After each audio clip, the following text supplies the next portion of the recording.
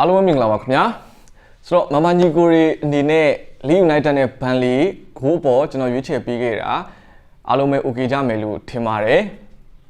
်ဆိုတော့ဒါမမညီကိုရီအတွက်ကတော့ဂျာယက်မှာလည်း plus တွေထွက်ခဲ့ပါတယ်ဗုဒ္ဓကြာစာပရိတောက်ကြဒါ3ရက်မှာကျွန်တော်တွက်ကြည့်မယ်ဆိုလို့ရှိရင်တော့ plus 200ထွက်ခဲ့ပါတယ်စနေနဲ့တနင်္ဂနွေနေ့မှာလည်းကျွန်တော်အကောင်းဆုံးထပ်ပြီးတော့စူးစမ်းပေးသွားပါမယ်ခင်ဗျာဆိုတော့ member group ကို join နေတဲ့ညီကိုရီအနေနဲ့လည်း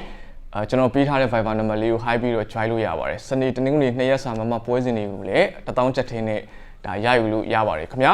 ဆိုတော့ဒီဗီဒီယိုမှာလည်းကျွန်တော်ဒါစနေနေ့မှာလီပွဲစဉ်တွေအများကြီးရှိတဲ့ထဲမှာကျွန်တော် free ပွဲစဉ်အဖြစ်ထုံးစံတိုင်းကျွန်တော်2ပွဲကိုဒါရွေးချယ်ပြီးတော့သုံးသက်တင်ဆက်ပေးကြပါတယ် okay စလိုက်ရအောင်ကျွန်တော်ပထမဆုံးရွေးချယ်ထားတဲ့ပွဲစဉ်ကတော့ဒါ Premier League ပွဲစဉ်Arsenal အသင်းနဲ့ Fulham အသင်းတို့ရဲ့ပွဲစဉ်ပဲဖြစ်ပါတယ်ဆိုတော့ဒီပွဲစဉ်ကတော့စနေနေ့ည7:00 နာရီမှာ Arsenal အသင်းရဲ့အိမ်ကွင်းမှာရှင်ပြိုင်ကစားသွားမှာလည်းဖြစ်ပါတယ်ဒါလန်ဒန်ကလပ်နှစ်သင်းရဲ့ထိပ်တိုက်တွေ့ဆုံမှုလည်းဖြစ်တယ်နောက်တစ်ချက်ကကျွန်တော်တို့ထည့်သွင်းစဉ်းစားဖို့ရှိတာက Arsenal အသင်းကတော့ဒီပွဲစဉ်ပြီးလို့ရှိရင် Atletico Madrid အသင်းနဲ့ Champions League ပွဲစဉ်အဖြစ်ဒါရှင်ပြိုင်ကစားဖို့ရှိနေပါတယ်ဒါလေးကိုတော့ကျွန်တော်ထည့်သွင်းစဉ်းစားဖို့တော့လိုပါတယ် okay ဆိုတော့ကျွန်တော်တို့ဒီနှစ်သင်းရဲ့လက်ရှိအနေအထားကိုကြည့်မယ်ဆိုရင် Arsenal ကChampions League မှာလည်းရလက်ကောင်းထားတယ်လို့ပြောရမယ် Final ကိုရောက်ဖို့အတွက်သူအိမ်ကွင်းမှာ Atletico Madrid အသင်းကိုအနိုင်ရရှိခဲ့မယ်ဆိုလို့ရှိရင်တော့ Final ကိုတက်ရောက်နိုင်မှာဖြစ်တယ်ဒါ Premier League မှာဆိုလို့ရှိရင်လည်း Manchester City အသင်းနဲ့ကဒါရမှတ်အားဖြင့်ကတော့ Arsenal ကတော့83မှတ်နဲ့အဆင့်1နေရာမှာဦးဆောင်နေတယ် City ကတော့တပွဲရောပွဲစဉ်33အထိပဲကစားထားရသေးတယ် Arsenal ကတော့ပွဲစဉ်34ဆိုတော့ City ကလက်ကျန်ပွဲစဉ်မှာအနိုင်ရရှိခဲ့မယ်ဆိုရင်တော့ဒါအမှတ်ပေးစရာရဲ့အဆင့်1ကိုကိုကွာချချက်နဲ့ဒါတက်ရောက်နိုင်မှာလည်းဖြစ်တယ်ဆိုတော့ Arsenal အသင်းအနေနဲ့လက်ကျန်ပွဲစဉ်၄ပွဲမှာ Arsenal အသင်းအနေနဲ့အမှားခံမှာတော့မဟုတ်ဘူးချန်ပီယံဖြစ်ဖို့အတွက်လက်တကမ်းအလိုမှာရှိတယ်ပြီးတော့ဒီပွဲကလည်းအိမ်ကွင်းမှာကစားရမှာဖြစ်တဲ့အတွက် Arsenal အသင်းကအိမ်ကွင်းအားသာချက်ရှိတယ်တိုးတော့ကျွန်တော်တို့ head to head အရာFulham အသင်းဒီလည်းအသင်းကောင်းတစ်သင်းဖြစ်တယ်ထိပ်တိုက်တွေ့ဆုံမှုရ Arsenal အသင်းရဲ့အိမ်ကွင်းမှာဒါနောက်ဆုံးတွေ့ဆုံမှု3ချိန်မှာဆိုလို့ရှိရင်တော့ဒါ Fulham ကို Arsenal အသင်းအနေနဲ့နှစ်ကြိမ်နိုင်နဲ့နိုင်နဲ့နှစ်ကြိမ်မှာလည်းဂိုးပြတ်ထားတာမျိုးမရှိဘူး2-1ဆိုရရလက်မျိုးရင်းနဲ့နိုင်ရရှိခဲ့ပြီးတော့တစ်ချိန်ကတော့တည်ကြခဲ့တာမျိုးရှိတယ်ဒါကြောင့် Fulham ဒီလည်း Arsenal နဲ့တွေ့တိုင်း London Club နှစ်သင်းရဲ့ထိပ်တိုက်တွေ့ဆုံမှုဖြစ်တဲ့အတွက်ကို Arsenal အတွက် Fulham ကစားခတ်တယ်လို့ပြောရမှာလေဖြစ်ပါတယ်ဆိုတော့ Fulham အသင်းရဲ့ current form ကိုကြည့်မယ်ဆိုလို့ရှိရင်လည်း Fulham အသင်းကနောက်ဆုံးကစားခဲ့တဲ့ပွဲစဉ်2ပွဲမှာရလက်ပိုင်းကောင်းလာတယ် Brentford ကိုတည်ကစားထားနိုင်တယ် Aston Villa အသင်းကို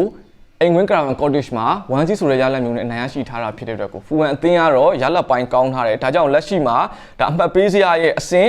်ဒါ10မှာရပ်တည်နေရရမှတ်48မှတ်နဲ့ဆိုတော့အဆင့်9ကဘုံမောက်ကရမှတ်49မှတ်ဆိုတော့ Fulham အနေနဲ့ကလည်းဒီပွဲစဉ်ကိုဒါရမှတ်တချို့စုဆောင်းနိုင်မယ်ဆိုလို့ရှိရင်တော့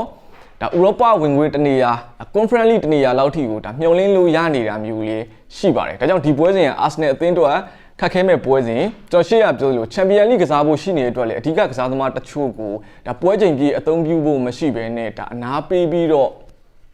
ဒါဒီပွဲကိုပေါ့နော်ဒါချင်းကပ်လာဖို့တော့ရှိတယ်နီးပြအတီတာအနေနဲ့ Okay ဆိုတော့ကျွန်တော်ဒီပွဲစဉ်ရေပေါ့နော်အကြောပေးမှုကိုကျွန်တော်ခံမှန်းကြည့်ရအောင်လက်ရှိမှာ Arsenal အသင်းက Fulham အသင်းကိုအိမ်ကွင်းကနေပြီးတော့ 1-30 အကြောပေးလာပါတယ်ဂိုးပေါင်းကြီးကတော့ 2-100 ဖွင့်လှစ်ပေးထားပါတယ်အပြောင်းလဲလေးလည်းရှိကောင်းရှိနိုင်ပါတယ်ဆိုတော့ဒီကျေးတန်းအရာကြည့်မယ်ဆိုရင်တော့ Arsenal ပေးထားတဲ့ 1-30 ဆိုတာကတော့ fair ဖြစ်တယ်မျှတတဲ့အကြောပေးမှုလို့တော့ကျွန်တော်ကယူဆတယ်ကျွန်တော်တို့ Liverpool အသင်းတော်မှာအိမ်ကွင်း Anfield မှာ Fulham ကို 1+30 ဒါအကြောပေးခဲ့တာမျိုးရှိတယ်နောက်တစ်ချက်က Arsenal အနေနဲ့ Champions League ကစားဖို့လည်းရှိတယ်နောက်ဆုံးထိပ်တိုက်တွေ့ဆုံမှု3ချိန်မှာ Fulham ကိုဂိုးမပြတ်တဲ့အနေအထားနဲ့နှိုင်းယှဉ်ကြည့်မယ်ဆိုလို့ရှိရင်တော့ 1-30 ဆိုတာကတော့ Arsenal အသင်းအကြောပေးမှုကတော့ဒါပေးတင်ပေးထိုက်တဲ့အကြောပေးမှုမာကျော်တယ်ပြင်းရှားတယ်လို့ပဲကျွန်တော်ကတော့ယူဆခြင်းတယ်တိုးတော့လန်ဒန်ဒါဘီဖြစ်နေတဲ့တစ်ချက်ရေကျွန်တော်တို့ Champions League ကစားဖို့ရှိတဲ့တစ်ချက်ရေပဲ Arsenal အသင်းဒီပွဲစဉ်ကို first line နဲ့အနေနဲ့ဘယ်လိုမျိုးပွဲထုတ်လာမလဲဆိုတဲ့အပေါ်မှာပဲမူတည်ပါတယ်တိုးတော့ဘယ်လိုပဲဖြစ်ဒီပွဲစဉ်ကတော့ Arsenal အသင်းအနေနဲ့ Champions League ကစားဖို့ရှိတဲ့ဆိုတော့ညာလဲ Premier League Super League ရရှိဖို့လဲကျွန်တော်ရှေ့ရပြောလို့လက်တကမ်းအလိုမှာရှိနေတာဖြစ်တဲ့အတွက်ကိုအမှတ်ရောခံမှာတော့မဟုတ်ဘူးဆိုတော့အင်္ဂွင်းအားသာချက်နဲ့အတူ Fulham ကိုအနိုင်ရရှိဖို့ကြိုးစားလာမှာဖြစ်တဲ့အတွက်ဒီပွဲစဉ်ကတော့ပြား30လောက် risk ယူပြီး Arsenal body နဲ့ပဲရင်ခုန်တင်တယ်လို့တော့ကျွန်တော်ကတော့မြင်တယ်ကျွန်တော်ဒီပွဲစဉ်မှာတော့ Arsenal body ကိုသဘောကျရပါတယ်ကြိုက်ရညီကိုတွေကတော့ဒါဘက်ကန်လို့ရပါတယ်ဗျ Okay ဆိုတော့နောက်ထပ်ပွဲစဉ်တစ်ပွဲကိုတွားလိုက်ရအောင်နောက်ထပ်ပွဲစဉ်တစ်ပွဲကတော့ La Liga ပွဲစဉ်တစ်ပွဲကိုကျွန်တော်ရွေးချယ်ထားပါတယ်စနေနေ့ 8:45 မှာရှင်ပြိုင်ကစားမယ့်ပွဲစဉ်ဆိုတော့ဒီပွဲစဉ်ကတော့ Valencia အသင်းနဲ့ Atletico Madrid အသင်းရဲ့ပွဲစဉ်ဆိုတော့ဒီပွဲစဉ်ကလည်း Atletico အနေနဲ့ဒီပွဲစဉ်ပြီးလို့ရှိရင် Arsenal နဲ့ အာဆနယ်ကွင်းမှာရှင်ပြိုင်ကစားရမှာဖြစ်တဲ့အတွက်တီကိုအတွက်ကတော့မလွယ်ဘူးဒါကြောင့်တီကိုဒီလည်းဒီပွဲစဉ်မှာအဓိကကစားသမားတွေကိုအနာပေးပြီးတော့အရန်ကစားသမားတွေနဲ့တာပေါ့နော်ဒါပွဲထွက်လာဖို့ရှိတယ်နောက်တစ်ချက်ကအက်တလက်တီကိုမက်ဒရစ်အသင်းမှာ injury ပြဿနာတွေရှိနေတာဖြစ်တဲ့အတွက်စိတ်ပူစရာအခြေအနေမျိုးမှာတော့ရှိတယ်သူမှချန်ပီယံလိလည်းကစားအောင်မယ်ဒီပွဲစဉ်ကလည်းအဝေးဝင်ဖြစ်နေတယ်ဆိုတော့တိုက်စစ်မှုတွေဖြစ်တဲ့ဒါ Everest နဲ့Slosh တို့ကလည်း injury အသီးသီးရရှိနေတာဖြစ်တဲ့အတွက်ကိုဒီပွဲစဉ်ကိုရွေးချော်ဖို့တော့ကျင်းသေးပေါက်ရှိတယ်တကယ်လို့ချန်ပီယံလိပွဲစဉ်အမိသာပြန်ကောင်းလာမယ်ဆိုလို့ရှိရင်တော့ Everest တို့ Stoke တို့ကတော့ဒါ Arsenal အသင်းနဲ့ပွဲစဉ်မှာတော့ပြန်ပါဝင်လာဖို့ရှိတယ်နောက်ခါလူဟတ်ကိုလည်းinjury ပြဿနာရှိနေတယ်ပြီးတော့ Lorente တို့ကအစ injury ပြဿနာလေးအနည်းငယ်ရှိနေတယ်ဆိုတော့ဒီပွဲစဉ်မှာတော့ Atletico Madrid အသင်းရဲ့နီးပြအနေနဲ့ risk ယူပြီးတော့အသုံးပြုလိုက်မယ်လို့တော့ကျွန်တော်မထင်ဘူးဒါကြောင့် Arsenal အသင်းနဲ့ပွဲစဉ်အတွက်ကြန့်ခိုင်မှုပြေဝအောင်ဒီကစားသမားတွေကိုဒီပွဲစဉ်မှာအနာပေးလာနိုင်ဖို့ရှိတယ်တစ်ဖက်က Valencia အသင်းက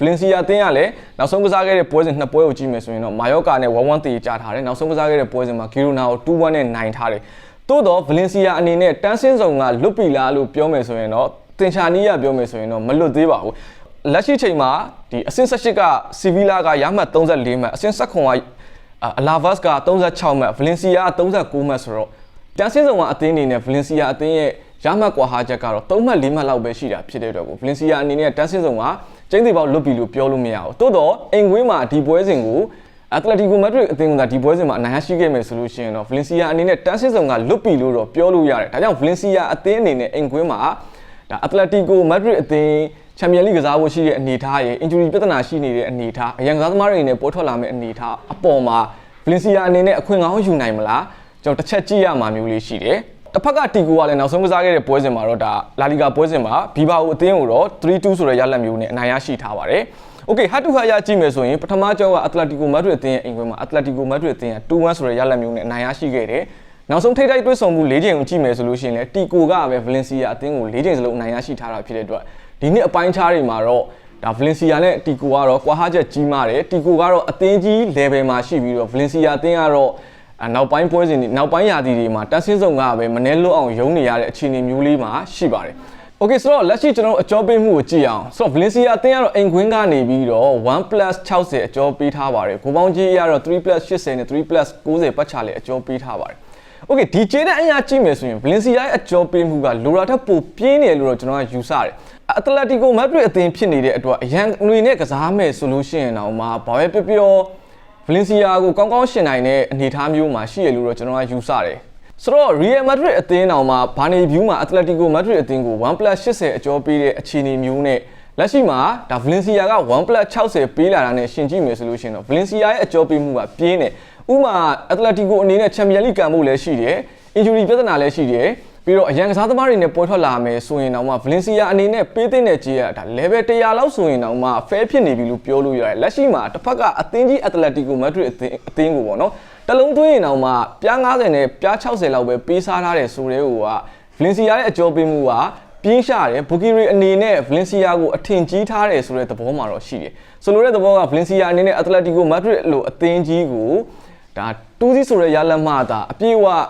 ပေးစားထားတယ်ဆိုတဲ့အခြေအနေမျိုးဖွင့်လှစ်ပေးထားတယ်ပေါ့နော်ကြီးတန်းရဒါကြောင့်ဒီပွဲစဉ်မှာတော့ရှေ့ဝေးတော့သုံးသက်မနေတော့ဒီပွဲစဉ်မှာတော့ကျွန်တော်ထင်ပါတယ် Valencia အနေနဲ့တန်းစင်းဆောင်ကကျင်းတီပေါက်လွတ်ဖို့အတွက်ရုန်းကန်လာမယ့်အနေအထားမျိုးပြီးတော့အခွင့်အရေးရလည်း Atletico Madrid အသင်း Champions League ကစားဖို့ရှိနေတဲ့အတွက်ကြောင့်ပေါ့နော်ကျင်းတီပေါက်အနိုင်ရရှိအောင်ကြိုးစားလာမယ်လို့လည်းကျွန်တော်ယုံကြည်ပါတယ်ပြီးတော့ကြီးတန်းအရာလည်း Valencia ရဲ့အကျော်ပေးမှုကပေးထိုက်တာကြီးထက်ဒါပို့ပြီးတော့ပြင်းရှားတဲ့ကြီးမှုပေးထားတာဖြစ်တဲ့အတွက် Valencia body ကိုတော့ရွေးချယ်တင်တယ်လို့တော့ကျွန်တော်ကတော့မြင်ပါတယ်ဒါကတော့စနေနေ့မှာရှင်ပြိုင်ကစားမဲ့ပွဲစဉ်တွေကကျွန်တော်အကောင်းဆုံးဖြစ်နိုင်မှထင်တဲ့ပွဲစဉ်နှစ်ပွဲကိုရွေးချယ်ပေးခဲ့တာလည်းဖြစ်ပါတယ်ဆိုတော့အမြင်လေးတွေ comment box မှာဝေမျှပေးသွားခဲ့ကြပါဦး